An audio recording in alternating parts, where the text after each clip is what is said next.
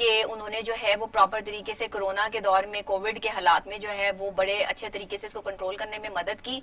Health department میں بڑا جو ہے وہ ٹائیگر فورس نے جو ہے وہ کام کیا, اور اس پہ سردار عثمان بزدار جناب وزیر اعلیٰ پنجاب جو ہے وہ ان کا بیان بھی سامنے آیا ہے کہ اس موقع پہ عالمی دن کے موقع پہ نوجوانوں کا کردار جو ہے وہ کلیدی حیثیت رکھتا ہے, اور نوجوان کی ترقی کسی بھی ملک کی ترقی ہوتی ہے. تو اس لیے عثمان بزدار صاحب کہتے ہیں کہ نوجوان جو ہیں وہ آبادی کا ایک بڑا حصہ ہیں, اور پاکستان جو ایک بنا وہ انہی پہ بنا, نوجوانوں پہ بنا, اور بااختیار معنوں کو حقیقی حصے اور بڑے اس کی آبادی کے جو چیزیں ہیں وہ ظاہری بات ہے, آبادی زیادہ تر ہماری جو ہے وہ بلونگ کرتی ہے نوجوانوں پر, اور نوجوان جو ہے وہ کسی بھی ملک کی ریڑھ کی ہڈی کی حیثیت رکھتے ہیں. نوجوان ہی ہیں جنہوں نے ملک کو آگے لے کر بڑھنا ہے, اور ہماری پاپولیشن زیادہ تر جوان ہے, زیادہ تر ینگسٹر لوگ ہیں, اسی لیے ہم نے کووڈ پہ بہت جلدی جو ہے وہ کنٹرول حاصل کر لیا, کیونکہ ہمارے 50+ لوگ بھی جوان ہوتے ہیں. تو یہ بھی ہمارے یہاں جو ہے وہ بڑی خاص بات ہے. اس کے علاوہ جناب وہ کہتے ہیں عثمان بزدار صاحب کے خدمت عوامی میں ٹائیگر فورس میں جو نوجوان موجود ہیں ان کا ایک اہم کردار ہے, اور ہماری حکومت جو ہے اس کردار کو جو ہے وہ سراہتی ہے, اور ہمارے جو بھی نوجوان ہیں وہ ذہانت اور سے مالا مال ہیں, صلاحیتوں سے مالا مال ہیں, اور نوجوان جو ہے وہ پاکستان ایک اہم ستون ہے.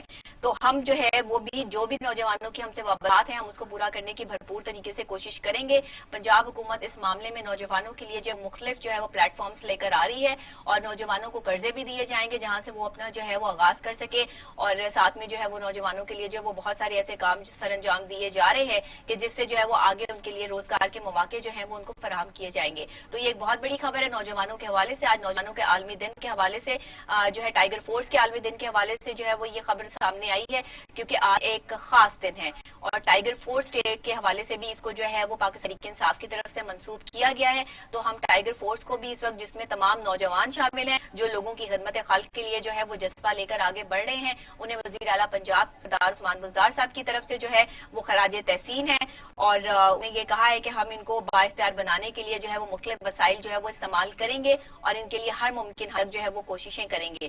تو وزیر اعلیٰ سردار عثمان بزدار صاحب ہم آپ کا شکریہ ادا کرتے ہیں کہ آپ نوجوانوں کو جو ہے کلیدی حیثیت سمجھتے ہیں پاکستان میں ان کی, اور ساتھ ہی ان کو روزگار کے مواقع فراہم کرنے میں جو ہے وہ پنجاب حکومت, سندھ, سرحد, بلوچستان, پورے پاکستان کی وفاقی ہماری جو حکومت ہے, پاکستان تحریک انصاف کی جو حکومت ہے, ہمارے وزیر اعظم پاکستان جناب عمران خان صاحب جو ہے جو اپنا ویژن لے آئے ہیں کہ وہ نوجوانوں کو جو ہے وہ خاص ایک جو وسائل کے طور پر جو سامنے لائیں گے, وسائل سے جو فائدہ اٹھائیں گے. تو یہ ہمارے لیے بڑی اہمیت کی حامل بات ہے. ہم آپ کا شکریہ ادا کرتے ہیں, اور امید کرتے ہیں کہ آنے والا وقت جو ہے وہ نوجوانوں کے لیے جو ہے وہ بہت خاص ہوگا, اور جو لوگ محنت کریں ان کو ان کی محنت کا پھل اور صلہ جو ہے وہ ضرور ملے گا.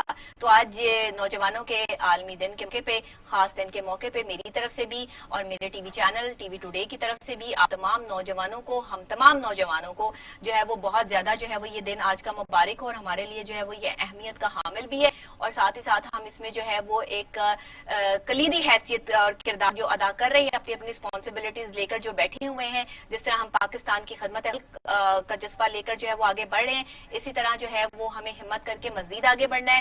مواقع اور ملے, وسائل اور بہترین ہوں گے. حکومت کا اگر ایسا دعویٰ ہے تو ہم آنے والے وقت میں جو ہے وہ کچھ اچھی امید جو ہے لگا سکتے ہیں, لیکن اگر اپوزیشن کی بات کریں تو شاید وہ تو حکومت کے حوالے سے اس طرح کی سوچ رکھتی ہیں, کیونکہ ان کے ساتھ جو سچویشن ہو رہی ہے اس حوالے سے وہ پاکستان کو کہیں بھی جو ہے وہ اسٹرانگ کرتا یا لیول پہ آتا جو ہے وہ نہیں دیکھ سکتے. بہرحال جی, پاکستان کی پنجاب حکومت کی طرف سے سردار عثمان بزدار صاحب کی طرف سے آج نوجوانوں کے عالمی دن کے موقع پہ جو پیغام آیا وہ میں نے آپ کے ساتھ جو ہے وہ شیئر کیا. میری طرف سے بھی, ٹی وی ٹوڈے کی طرف سے بھی تمام نوجوانوں کو آج کا دن بہت بہت مبارک ہو. اور آج کے دن ہم نے عہد کرنا ہے کہ ہمیں اپنا کام جو ہے وہ مزید ڈٹرمنیشن کے ساتھ کرنا ہے, مزید جو ہے وہ محنت کے ساتھ کرنا ہے, اور محنت میں کوئی آر نہیں ہونی چاہیے. اگر کوئی اس وقت میں آپ جو ہے وہ تکلیف میں ہے, پریشانی میں ہے اور محنت کر رہے ہیں تو ایک دن اللہ آپ کو اس کا صلہ جو ہے وہ ضرور دے گا. اپنی نیت صاف رکھتے ہوئے اپنی منزل کو آسان کرنے کی کوشش کیجئے. تمام نوجوانوں کے لیے ہمارا یہی پیغام ہے. اسی کے ساتھ یہاں پہ میں بریک لوں گی جناب. بریک کے فوری بعد جب حاضر ہوتے ہیں تو پھر آپ سے جو ہے وہ ڈسکس کرتے ہیں. ہم نے سٹوری کے حوالے سے ڈسکس کرنا ہے, لیکن ہمارے پاس سیشن جج لاہور, سابق سیشن جج لاہور جو ہے وہ موجود ہے, گیسٹ ہیں ہمارے. ہم ان سے جو ہے وہ بات کریں گے ہمارے معاشرے میں طلاق کے معاملات جو بڑھ رہے ہیں. ماں کرتے ہیں, شروع کے دن بڑے اچھے گزرتے ہیں, لیکن آنے والے حالات جو ہے وہ کسی کو بھی کوئی گارنٹی نہیں دیتے کہ آنے والے حالات جو ہے وہ کس طرف اشارہ کر رہے ہیں. آج اگر ہم دیکھیں تو ہماری عدالتیں جو ہیں وہ طلاق کے کیسز سے بھری پڑی ہیں. آج اگر ہم دیکھیں تو ہمارے معاشرے میں طلاق کی شرح بڑھ چکی ہے. آج اگر ہم دیکھیں تو ہم اپنے شوہروں سے اپنی بیویوں سے اکتائے ہوئے ہیں, ہم ان کے ساتھ رہنا نہیں چاہتے ہیں. یہ سوچے سمجھے بغیر کہ ان بچوں پر کیا اثرات مرتب ہوں گے جو ہمارے اپنے بچے ہیں, ان کی نفسیاتی کیفیت جو ہے وہ کہاں جا کے وہ بلانگ کریں گے. جب عدالتوں میں یہ مناظر دیکھنے کو ملتے ہیں کہ بچے چیخو پکار کرتے ہوئے کبھی ماں کی طرف بڑھ رہے ہوتے ہیں, کبھی باپ کی طرف بڑھ رہے ہوتے ہیں, اور دوسری پارٹی وہ ماں ہو یا باپ ہو انہیں اپنی طرف کھینچ رہے ہوتے ہیں, تو یہ دل دہلا دینے والے مناظر ہوتے ہیں. ایسے مناظر کو, ایسے کیسز کو جو کہ فیملی میٹرز ہیں, ہماری سماج کا حصہ ہیں, ان کو جج کیسے ڈیل کرتے ہیں؟ ایک جج کی اس وقت کیا کیفیت ہوتی ہوگی؟ ان کا بھی تو اپنا گھر ہے, اپنی بیوی ہے, اپنے بچے ہیں, ان کی اس وقت کیا کیفیت ہوتی ہوگی کہ جب وہ اپنے سامنے ایک ایسا کیس دیکھ رہے ہیں کہ جس میں میاں بیوی جو ہے وہ کہیں خلا کی بات ہو رہی ہے, تو کہیں طلاق کی بات ہو رہی ہے, تو ان بچوں کی جو ہے وہ زندگیاں کس طرح جو ہے وہ برباد ہوتی ہیں, وہ معاشرے میں پھر کیا ان کو جو ہے وہ مقام ملتا ہے؟ اس پر ہم بات کرنے کے لیے ہمارے ساتھ اسٹوڈیو میں جوائن کیا ہے عابد حسین قریشی صاحب, ریٹائرڈ سیشن جج ہیں اور ماہر قانون بھی ہیں. ماشاءاللہ ان کی کتاب بھی جو ہے وہ قانون کے حوالے سے جو ہے وہ آ رہی ہے. تو سر السلام علیکم. سر بہت شکریہ, آپ نے ہمیں جوائن کیا. ہمارے لیے یہ باعث فخر بات ہے کہ آپ نے جو ہے وہ آج شو میں جو وقت دیا. تو سر یہ بتائیے گا کہ اپنے عدالتی تجربے کی بنیاد پہ ماشاءاللہ آپ کا اتنا بڑا, اتنا ہیوج تجربہ ہے اس حوالے سے کہ عدالتوں میں ہزاروں فیملی مقدمات جو ہے وہ دائر ہوتے ہیں, ہزاروں مقدمات جو وہ چلتے ہیں, لیکن یہ جو فیملی میٹر ہے, فیملی لاز ہے, اس میں جب طلاق کی بات آتی ہے یا خلا کی بات آتی ہے, تو اس حوالے سے جو ہے وہ کس طرح سے آپ اس کو دیکھتے ہیں, اور اس میں عورتوں کے حقوق کی کیا اہمیت ہے؟ جی بسم اللہ الرحمن الرحیم. Thank you very much doctor صاحبہ. آپ نے بڑا اہم ٹاپک جو اس وقت میں سمجھتا ہوں کہ ہماری سوسائٹی کا جو برننگ ایشو ہے جی, وہ یہ ہے کہ ہمارا خاندانی نظام جو ہے وہ دھرم برم ہو چکا ہے. اس میں کوئی بحث نہیں ہے. اس کی میں ریزن بھی بتاؤں گا کہ کیوں ہوا ہے. جی, ہمارا جو آج سے 30-40 سال پیچھے چلے جائیں جی, تو ہماری جو اکثر شادیاں تھیں وہ ود ان فیملیز ہوتی تھی. صحیح. کلچر ہمارا مضبوط تھا, ایلڈرز ہمارے موجود تھے, ایک گھروں کا جو سسٹم تھا نا, جو فیملی سسٹم, وہ بڑا تگڑا تھا. صحیح. پھر آہستہ آہستہ ہم لبرلزم کی طرف چلے گئے, بچیاں پڑھ گئیں زیادہ, کچھ معاملات لوگ آؤٹ آف فیملی شادیاں کرنے لگ پڑے. اچھی بات ہے, کوئی بری بات نہیں ہے, لیکن اس کے کچھ اثرات بھی مرتب ہوئے. جی, اس میں جو بہت سارا معاملہ ہمارے پاس جو عدالتوں میں دیکھتا رہا اوور دا ایئرس, میں نے فیملی جج کے طور پر بڑا عرصہ کام کیا ہے, پھر اپیلیٹ ورک کے عدالت کے طور پر کام کیا. تو جو میں نے دیکھا وہ یہ ہے کہ پہلے تو میں اس پہ یہ روشنی ڈالوں کہ ایسا کیوں ہو رہا ہے. ایسا کیوں ہو رہا ہے؟ پہلا سوال جو ہے, جس طرح آپ نے ابھی فرمایا کہ یہ ایک رشتہ جو ہے نا میاں بیوی کا, جی, یہ ایک بڑا مقدس رشتہ ہے. بالکل. یہ بڑا انمول رشتہ ہے, بڑا میٹھا رشتہ ہے. اور یہ رشتہ زمین پر اللہ تعالیٰ نے سب سے پہلے میاں بیوی کا رشتہ قائم کیا. بالکل. اس حضرت آدم علیہ السلام اور اما حوا سے پوری نسل انسانی چلی ہے. کوئی اور رشتہ اس وقت نہیں تھا. ٹھیک ہے, لہذا اس رشتے کی اہمیت اس طرح کی ہے کہ یہ رشتہ اللہ تعالیٰ نے خود کریٹ کیا. اچھا, اس کے بعد یہ جب بچی کی شادی ہوتی ہے کسی جگہ پہ, اپنوں میں ہو یا غیروں میں ہو, تو ایک نئی رشتہ داری جنم لیتی ہے. بالکل صحیح ہے. ایک نئی خاندان کے ساتھ جو اٹیچمنٹ ہو جاتی ہے نا, پورا ایک تعلق بن جاتا ہے. اب یہاں جو یہ ایشو بنتا ہے فوری طور پر, جو سب سے پہلا وہ یہ ہے جسے میں اپنی زبان میں جو میں نے اوور دا ایئر تجربہ کیا کہ کیوں طلاقیں زیادہ ہوتی ہیں, وہ ہے ایڈجسٹمنٹ کا پرابلم. صحیح. ایک خاص ماحول سے بچی جہاں اس نے 25 سال 26 سال 30 سال گزارے ہوتے ہیں, وہاں سے نکل کر وہ ایک نئے ماحول میں جاتی ہے. بالکل صحیح. اگر تو اس ماحول میں وہ ایڈجسٹ ہو گئی تو شادی چل گئی. اگر وہ جو پہلے 2-3 سال ہیں نیچرلی اس کے باپ کے گھر میں ممکن ہے بہتر صورتیں ہوں, اس کے ماں باپ نیچرلی زیادہ پیار کرتے ہوں گے. اب وہ اچانک آل آف اے سڈن وہ جب ایک نئے ماحول میں جاتی ہے, وہاں جا کر وہ پہلا کویسچن جو ہوتا ہے ابھرتا ہے ہمارے سوسائٹی میں, وہ ایڈجسٹمنٹ کا ظاہر ہے. اس کے بعد ہمارا کچھ شادیاں مس میچ ہوتی ہیں. یہ بہت پاکستان میں چیز بچی زیادہ پڑھ گئی ہے, لڑکا کم پڑھا ہے, لڑکا زیادہ پڑھا ہوا ہے, لڑکی اتنی نہیں پڑھی ہوئی. اچھا, پھر اس میں معاشرتی, سوشل اینڈ اکنامک, یہ جو ڈفرینس ہیں دو فیملیز میں, یہ بڑا میٹر کرتا ہے. ایک طرف کچھ اور ہے صورتحال ہے, دوسری طرف کچھ اور ہے. اچھا وہ اس میں یہ ایک فیکٹر آ جاتا ہے. پھر اس میں جو سب سے اہم اس وقت جو موجودہ جا رہا ہے اس میں ٹالرنس اور انٹالرنس کی گیم بڑی, سب سے بڑی بات میں ساری آپ کو بتاؤں گا جو ریزنز ہیں. سب سے بڑی بات اس وقت جو سب سے اہم ایشو ہے سوسائٹی کا issue. Basically we are living in an intolerant society. وہ والا بہت چھوٹی بات پہ بہت بڑا کچھ ہو جاتا ہے. لہذا نہ تو عورت میں ٹالرنس رہ گئی ہے نہ مرد میں رہ گئی. بالکل صحیح. پھر وہاں ایک رشتہ کریٹ ہوتا ہے نند کا ساس کا, وہ ایک بڑا عجیب رول ہے. ہماری جو بدقسمتی یہ ہے کہہ لیں سوسائٹی کی کہ ہم کہتے ہیں کہ ہمارا دماد بہت اچھا ہے بہو بہت بری ہے. صحیح. یہ بھی عجیب یہ تو ایک مین چیز جو ہے وہ ایلیمنٹ ہر گھر کی بات ہوگی نا. یہ جنرل. اچھا اس میں پھر اس میں ایک اور ہے کہ یہ جو پیرنٹس کی مداخلت ہے یہ غیر ضروری ہے. ہر بات پہ اگر آپ دخل دیں گے اور یہ جو سیل فون کا غیر ضروری استعمال ہے اس نے بہت ساری فیملیز کو, میں آپ کو ساری چیزیں بتا رہا ہوں, بہت ساری فیملیز کو اجاڑ دیا. اس پہ اگر آپ میسج کرے والدہ کے بیٹی آج کیا پکایا انہوں نے, وہ کہے کہ انہوں نے آج بھی پالک آلو بنائے ہیں. یہ والدین جو ہے صحیح بات ہے دماغ خراب کرتے ہیں بیٹیوں کا. اگر اس کو چھوڑ دیں اس سیل کو استعمال نہ کریں, بیٹی کو اپنی زندگی گزارنے دیں, وہ زیادہ بہتر طریقے سے گزار لیں. اس کو بلکہ یہ اس کی کاؤنسلنگ کریں کہ بیٹا آپ گئی ہیں اس گھر میں, آپ زندگی گزاریں. چھوٹی موٹی باتیں ہوتی ہیں, ہر جگہ ہوتی ہیں, یہ کوئی ایسی بات نہیں ہے.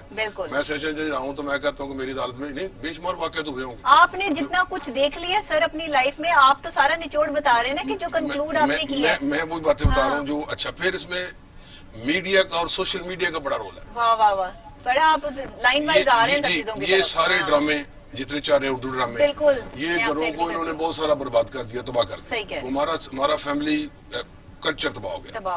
پھر سب سے یہاں پہ بات جو اگر مجھے پوچھیں کہ کیوں زیادہ وہ جو ہمارا ایک تھا نا ایک انسٹیٹیوشن تھا ہر گھر میں ایلڈرز کا, وہ ڈارمنٹ ہو گئے.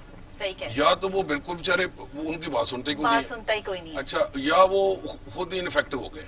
لہذا جب بڑے گھر میں رول پلے کرتے تھے اس وقت بہت سارے ایشوز, بہت سارے جھگڑے چھوٹے موٹے وہ بڑوں کی مداخلت سے ختم ہو جاتے تھے. اب وہ جو انسٹیٹیوشن ہم نے بزرگوں والا وہ ہم نے ختم کر دیا. کوئی بندہ پڑھتا ہی نہیں اس جھگڑے میں, کو تو میاں بیوی کا جھگڑا ہے. پھر ایک اور ہے ایشو, آج کل تو پولیس بھی نہیں پڑھتی, کہتے میاں بیوی کا جھگڑا ہمیں بھی نہیں آنا اس میں. پھر ایک اور ایشو ہے لڑکی کی یہ خواہش ہے کہ فوری طور پر ہم سیپریٹ ہو جائیں. جی یہ بڑے مسائل سامنے آ رہے ہیں. اچھا اب یہ مرد کی پتہ نہیں اتنی صلاحیت ہے کہ نہیں, کیا اس کی پسلی اتنی ہے کتنا وہ افورڈ کر سکتا ہے. لہذا سارا کچھ پہلے سال میں نہیں ہونا ہوتا. پھر بچے پیدا ہوتے ہیں, پھر بچوں کے مسائل شروع ہوتے ہیں. اچھا پھر یہ ایک بڑی لمبی داستان ہے. یہ یہاں تک کہ جو میں نے ریزن بتائی ہیں سارے میں نے آپ کو بتائے ہیں جو میرے خیال میں جو اریٹیٹنگ پوائنٹس ہیں جن کی وجہ سے ہمارا سوشل یہ جو ہمارا فیملی جھگڑے ہیں یہ بڑے ہیں, ان میں بہت سارا بگاڑ آیا ہے اور بہت ساری صورتحال خراب ہوئی. اور فساد کی جڑ کیا ہے؟ یہ جو میں نے کہہ رہا ہوں کہ ایک انا ہے, ہٹ درمی ہے, ضد ہے. دونوں پارٹیاں ضد پہ آ جاتی ہیں. بڑی چھوٹی بات, میں نے بہت ساری صلح کرائی بطور فیملی یہ کیا ہے, کچھ بھی نہیں ہے. 2 منٹ کے لیے بزرگوں کو باہر نکل جاؤ, میاں بھی کو کھلا چھوڑو, یقین کریں 10 منٹ میں صلح ہو جاتی ہے. کیا کس بات پہ جھگڑ رہے ہو, بچے ہو گئے آپ کے, بچے خراب ہو جائیں گے. ابھی آپ نے بچوں کا ذکر کیا, میں اس پہ بھی آؤں گا جب آپ اس پر سیدھا سوال کریں گے. اب آپ نے ایک اور دوسرے کے ساتھ سوال کیا تھا کہ ہماری فیملی لاز کیا ہے. فیملی لاز کے بالکل. اب دیکھیں ہمارے جو فیملی لاز ہے نا یہ تو میں نے بتائی ہیں ریزنز بتا دیں. اب میں آپ کو آتا ہوں کہ ہمارے فیملی لاز کیا ہے. جی ٹھیک ہے. یہ اصل لیگل طرف آتا ہے. فیملی لاز ہمارے اس طرح کے ہیں کہ سب سے پہلے 1939 میں مسلم ڈیزولیوشن آف میرج ایکٹ انگریز کے زمانے میں آیا. ٹھیک. اب بڑی دلچسپ بات ہے, اس میں جو گراؤنڈز دی گئی ہیں جن کی گراؤنڈ پہ عورت تنسیخ نکاح ڈیزولیوشن آف میرج مانگتی ہے, صحیح, وہ گراؤنڈز 1939 کے ایکٹ میں دی گئی ہیں. ٹھیک ہے. اس میں جو گراؤنڈز ہیں وہ بڑی عجیب و غریب ہے. اچھا ٹھیک ہے. بندہ بد کردار ہو, اس کو نہیں بھی ہے تو الزام لگانا ہے. اچھا. مارتا پیٹتا ہے,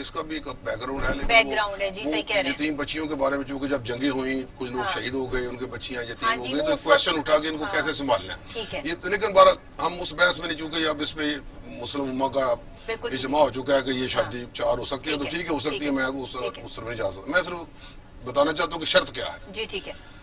تو ان کے سوا جو عورتیں تم کو پسند ہوں 2-2 3-3 4-4 سے ان سے نکاح کر لو. صحیح. مگر اگر اس بات کا اندیشہ ہو کہ سب عورتوں کے ساتھ عدل یا یکساں سلوک نہ کر سکو گے، تو ایک عورت یا لونڈی جس کے تم مالک ہو وہی کافی ہے. اس سے تم بے انصافی سے بچ جاؤ گے. یہ اللہ تعالیٰ یہ ہے اصل آیت.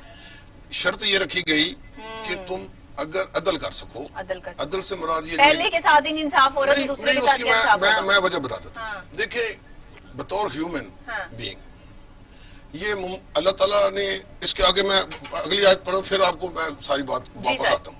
پھر آیت نمبر 129 میں اسی سورت سورہ نساء بڑا اس کو اور کھول دیا اللہ تعالیٰ نے. اس بات کو یہ لوگ نہیں پڑھتے زیادہ، وہ ہے اور تم ہاں کتنا ہی چاہو، یہ اللہ تعالیٰ فرما رہے ہیں، یہ اللہ تعالیٰ فرما رہے ہیں، اور تم ہاں کتنا ہی چاہو اور تمہیں برابری نہیں کر سکو گے، تو ایسا بھی نہ کرنا کہ ایک ہی طرف ڈل جاؤ اور دوسری کو ایسی حالت میں چھوڑ دو کہ گویا ادھر وہ لٹک رہی ہے.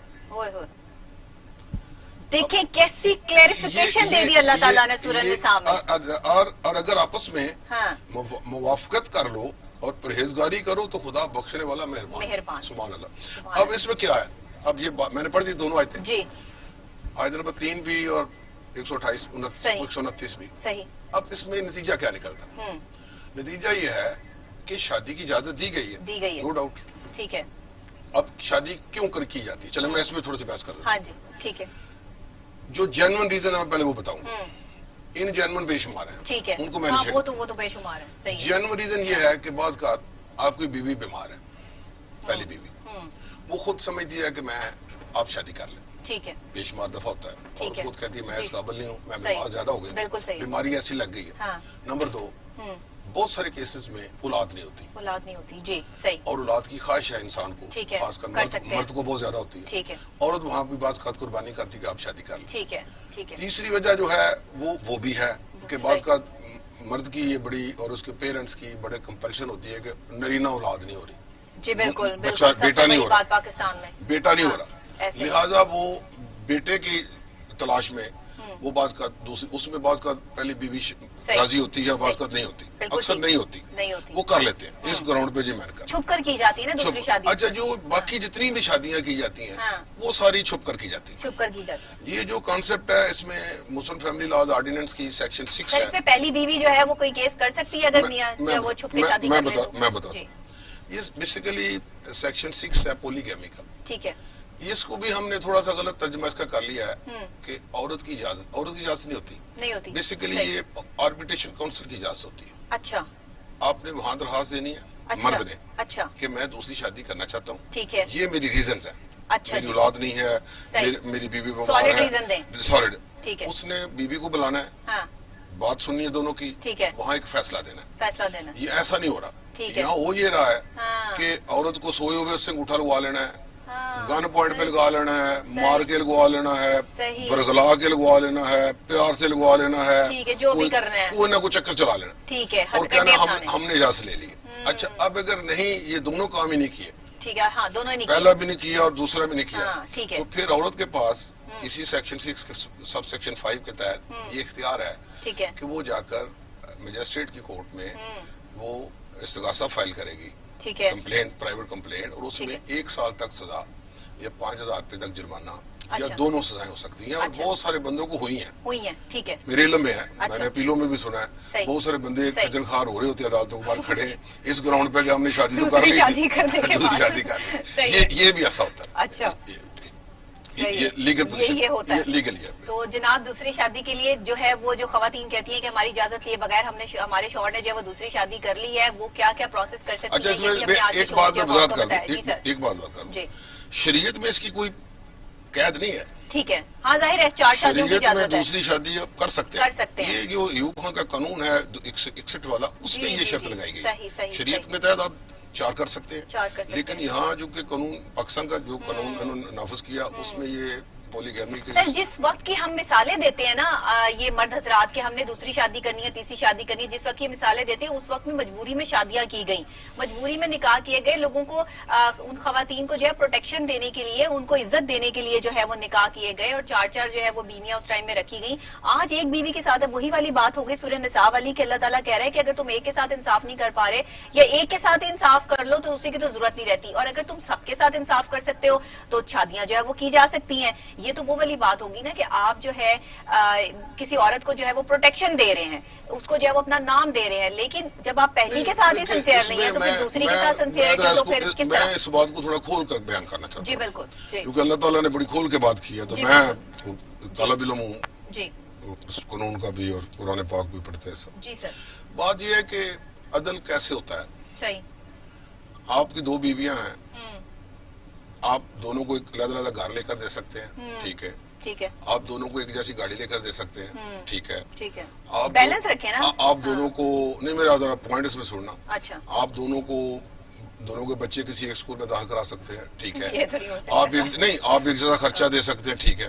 یہ کیا آپ کی جو لو اینڈ افیکشن ہے کیا اس میں بھی عدل کر سکتے ہیں؟ صحیح نہیں ہو سکتا, نہیں ہو سکتا, ہیومنلی نہیں ہو سکتا. صحیح. لہٰذا اللہ تعالیٰ نے یہ جو شرط رکھی یہ عدل والی, یہ اس لیے رکھی, اللہ تعالیٰ کو تو ساری باتوں کو پتا تھا کہ یہ اتنا آسان کام نہیں ہے. یہ صرف گھر لے دینا یا خرچہ 10 سال جس بیوی کے ساتھ گزارتے ہیں اس سے محبت نہیں ہوتی, جس سے ملے ہوئے ابھی صرف چند سال ہوتے ہیں یا 1 سال یا 6 ماہ ہوتے ہیں اس سے بڑی محبت ہو جاتی ہے. بس یہ ہیومن سائیکی ہے, اس کو چھوڑیں, اس پہ میں کیا رائے دے سکتا ہوں, لیکن یہ بات اب ٹھیک ہے, جی رائٹ ہے, اور یہ اصل میں ہوتا یہی ہے, تبھی تو دوسری شادی ایسی ہوتی ہے, تبھی تو دوسری شادی جو ہے وہ جنم, یہ ایک نفسیاتی مسئلہ بھی ہے اور ایک ہمارا عدالتی پوائنٹ آف ویو سے بھی جو ہے ہم یہاں پر جو ہے وہ اس کو جو ہے وہ بات کر رہے ہیں, ہمارا سماجی اور خاندانی جو ہے وہ یہ مسائل جو ہے وہ اس ٹائم پہ چل رہے ہیں. سر یہ بتائیے گا, ایک عورت جب خلا لینے کے لیے جو ہے وہ جاتی ہے, کیا شرائط ہوتی ہیں قانون کی طرف سے کہ وہ کن سرکمسٹانسز پہ اس کو خلا مل جاتی ہے, یا بہت آسانی سے جو ہے وہ الگ ہونا چاہے تو ہو سکتی ہے؟ جو قانون کے تحت نا اس نے وہ گراؤنڈز لینی ہے جو 1939 میں نے ابھی آپ کو پڑھ کے سنائی ہے, ٹھیک ہو گیا, کہ اس نے مرد پر الزام لگانا ہے, مار پیٹ کرتا ہے تو خلا ملے گی, یا اچھا اب نہیں, اب جو لا آ گیا وہ یہ کہہ رہا ہے کہ وہ کچھ بھی نہ ثابت کرے, اچھا گراؤنڈز لے گی, مجھے خرچہ نہیں دیتا, مجھے مار پیٹ کرتا ہے, گھر سے غائب رہتا ہے, نشہ کرتا ہے, نہیں ثابت کرتی, وہ ایک بات کہتی ہے اگر عدالت میں, ٹھیک ہے, کہ جی میرا اس کے ساتھ نباہ نہیں ہو سکتا, مجھے اس سے نفرت ہے, اوکے, بس دیٹس آل, کافی ہے, کافی, ٹھیک ہو گیا, اب ختم ہو گئی وہ بات, وہ ایویڈنس والی بات ختم ہو گئی. اب جو نیا لا آیا نا, ٹھیک ہے, یہ اس کو سیکشن 10 سب سیکشن 5 ہے. اچھا سر یہ مجھے ایک ذرا بتائیے گا, یہ میرے آنکھوں دیکھا واقعہ ہے کہ ایک شخص نے جو ہے وہ دوسری شادی کی اور ایک لڑکی سے, بچی سے, مطلب 9 عمر لڑکی سے جو وہ شادی کر لی, بچے کے اس میں کہ میرے گھر بیٹا نہیں ہو رہا, وہی والی بات, دوسری شادی کر لی. اب اس کا بیٹا جب ہوا ہے تو وہ بیٹا اٹھا کے پہلی بیوی کو دے دیا گیا, اور اس کو جو ہے وہ جو اس کی ماں ہے اصل, اس سے اس کو محروم کر دیا گیا, اور اسے پھر جو ہے وہ یہ ٹارچر کیا جا رہا ہے, اسے ذہنی طور پر جسمانی طور پر مفلوج کرنے کی کوشش کی جا رہی ہے کہ اگر تم جو ہے وہ اپنا بیٹا واپس مانگو گی تو تمہیں طلاق دے دی جائے گی. اب وہ اس سے طلاق بھی نہیں لینا چاہتی لیکن اپنا بیٹا بھی لینا چاہتی ہے. وہ عورت اپنے بیٹے کے بغیر کیسے رہے؟ وہ لڑکی, ظاہری بات ہے کہ 9 عمر لڑکی سے شادی کر رہا ہے ایک پکی عمر کا آدمی, اور جس کی پہلے بیوی اور بچے جو ہے وہ موجود ہیں, بیٹیاں موجود ہیں, اور بیٹے کے لیے جو ہے وہ یہ خواہش اس نے کی ہے, اور اس لڑکی کا بیٹا چھین کے جو ہے وہ پہلی بیوی کو دے دیا گیا ہے کہ تم اسے نہیں سنبھال سکتی. ایسے لوگوں کے لیے کیا قانون کیا کہتا ہے؟ دیکھیں یہ بڑا سادہ سی بات ہے, جس کا بچہ ہے اس کے پاس ہی رہنا ہے جی. اگر تو اس نے اپنی کانسنٹ سے دیا ہے تو پھر تو اس کا کوئی علاج نہیں ہے. اگر اس نے اس گھر میں بعد رہنا ہے اور سمجھتے ہے کہ میں, یا اس کو خامد یہ سمجھتا ہے کہ اس میں سے مزید بچے پیدا ہو سکتے ہیں, صحیح, بچی جوان ہے, تو اب اگر بچہ واپس لینا چاہتی ہے, وہ بچہ واپس لینا چاہتی ہے تو وہ سمپلی گارڈین کورٹ میں جائے گی, دفعہ 25 گارڈین وارڈز ایکٹ کی درخواست دے گی کسٹڈی کی, ٹھیک ہے, اور اس میں ایک سیکشن 12 ہے 12 ہے جس میں انٹرم کسٹڈی ہم کہتے ہیں, ٹھیک ہے, اور یہ دونوں صورتوں میں اس کو بچہ انٹرم میں بھی مل جانا ہے اور پکا بھی مل جانا ہے کیونکہ بچہ ماں کا ہے, اور اس کے بعد جو اس کو طلاق مل جانی وہ میں اس لیے کہہ رہا ہوں, میں نے پہلے اسٹارٹ کیا لیا, میں نے کہا کہ اگر اس نے اپنا گھر بچانا ہے تو پھر اس نے اس کو یہ بچے کمپرومائز کرنا پڑے گا. کتنا ظلم ہے سر, یہ تو ہو رہا ہے ہماری سوسائٹی میں. میں یہ کہہ رہا ہوں کہ اگر اس نے اس آدمی کو سزا تو ملنی چاہیے جو اس طرح کے جو ہے وہ کرائم میں ملوث ہے. کچھ چیزیں دنیا میں نہیں ملتی, پھر اللہ تعالیٰ کا اللہ تعالیٰ کرتا نظام ہے, وہ بہتر جانتا ہے. لیکن ہمارا لا اس طرح کا کیوں نہیں ہے؟ ہمارے لا میں یہ دیکھیں لا اس میں کیا کرے, لا نے تو اس میں یہ کر دیا نا کہ اگر وہ اس کو بچہ واپس کرا دے. لا تو یہ کہتا ہے کہ بچہ دے دے اس کو, 2-4 دن میں 10 دن میں بچہ واپس ہو جائے, بچہ تو اسے مل جائے گا, بس دیٹس آل, اس کا بچہ ہی ہے نا. ہاں. اب اگر اگلی گراؤنڈ یہ ہے کہ اگر اس نے شادی غلط جگہ پہ کر لی ہے ایک ایسے مرد کے ساتھ جو, تو پھر اس کو سوچنا پڑے گا کہ میں اس کے ساتھ رہنا چاہتی ہوں یا میں اپنا گھر, یا میں نے اپنی زندگی برباد کرنی ہے, یا میں اس کے ساتھ کنٹینیو کروں, یا اب اس کی مرضی ہے. Choice with that lady. دیکھیں چوائس مرد کے پاس نہیں ہے, بالکل. چوائس میں نے اس لیے شروع میں کہا تھا کہ قانون سارا جو ہے نا وہ عورت کے حق میں ہے. عورت مطلب اس میں اسی جو میں نے ایکٹ پڑھ رہا ہوں, اب دیکھیں 1 لاکھ روپے تک اگر دعویٰ جہیز کا ڈگری ہو جائے 1 لاکھ روپے تک, اس کی اپیل کوئی نہیں ہے. اچھا, نو اپیل. اچھا, بس جو جج فیملی کورٹ نے فیصلہ کر دیا فائنل کر دیا, اس کو 1 لاکھ روپے کا جہیز ملے گا. اس طرح 5,000 روپے تک جو مینٹیننس الاؤنس ہے بچے کا یا بیوی کا اپنا ماں کا, اگر وہ آپ کو 5,000 تک ڈگری ہوئی ہے تو اس کی بھی اپیل کو نہیں ہے. یہ بھی امینڈمنٹ آ گئی.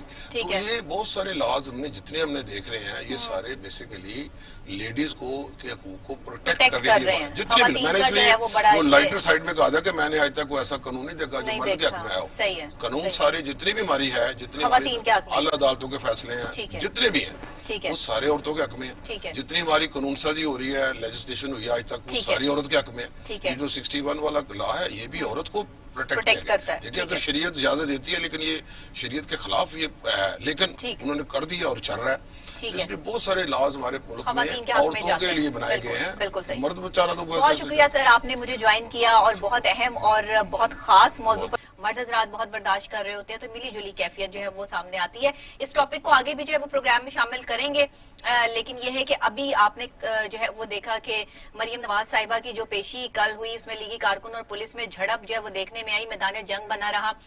کل جو ہے وہ سارا منظر جو ٹیلی ویژن اسکرین پر آپ نے دیکھا, اور نیب کے باہر کے جو حالات تھے, جس طرح کارکنوں پر پولیس پر جو پتھراؤ شیلنگ اور یہ تمام چیزیں جو ہے وہ نظر آئیں. اس پر رانا محمد ارشد صاحب نے ہمیں جوائن کیا ہے جو کل وہاں موجود تھے, اور کل انہوں نے ہمیں لائیو وہاں سے اپڈیٹ بھی کیا کہ کس طرح ان کی گاڑی کو جو ہے وہ پولیس نے روکا اور کیا حالات تھے. مریم نواز کی پریس کانفرنس پہ سامنے آئی, اس پر کیپٹن ریٹائر صفدر صاحب جو ہیں انہوں نے وزیر اعظم اور شہزاد اکبر کے خلاف FIR کی بھی جو ہے وہ درخواست جو ہے وہ دی.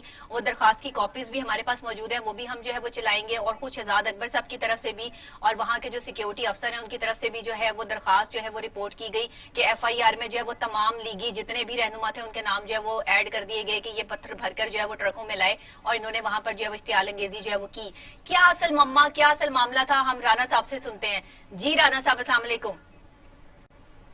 السلام علیکم رانا صاحب, آپ کو میری آواز آ رہی ہے؟ جی السلام علیکم.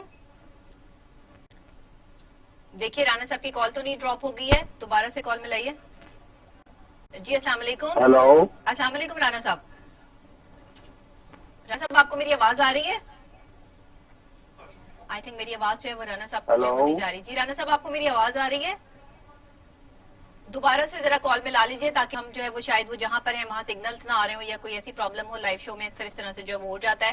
ہم مریم نواز کی کل نیب میں پیشی کے حوالے سے جو ہے وہ ڈسکشن کر رہے ہیں. نون لیگ کا موقف لینا بہت ضروری ہے کہ اب آگے نون لیگ کا لائے عمل کیا ہے. کل ہم نے جو میدان جنگ کی کیفیت دیکھی وہ تو دیکھ لی, لیکن اب نون لیگ کا جو ہے وہ اگلا سٹیپ کیا ہوگا. یہاں نون لیگ والوں نے بھی FIR جو ہے وہ درخواست دے دی ہے اور ادھر جو ہے وہ نیب والوں نے بھی درخواست دے دی ہے. اب یہ ہوگا کیا؟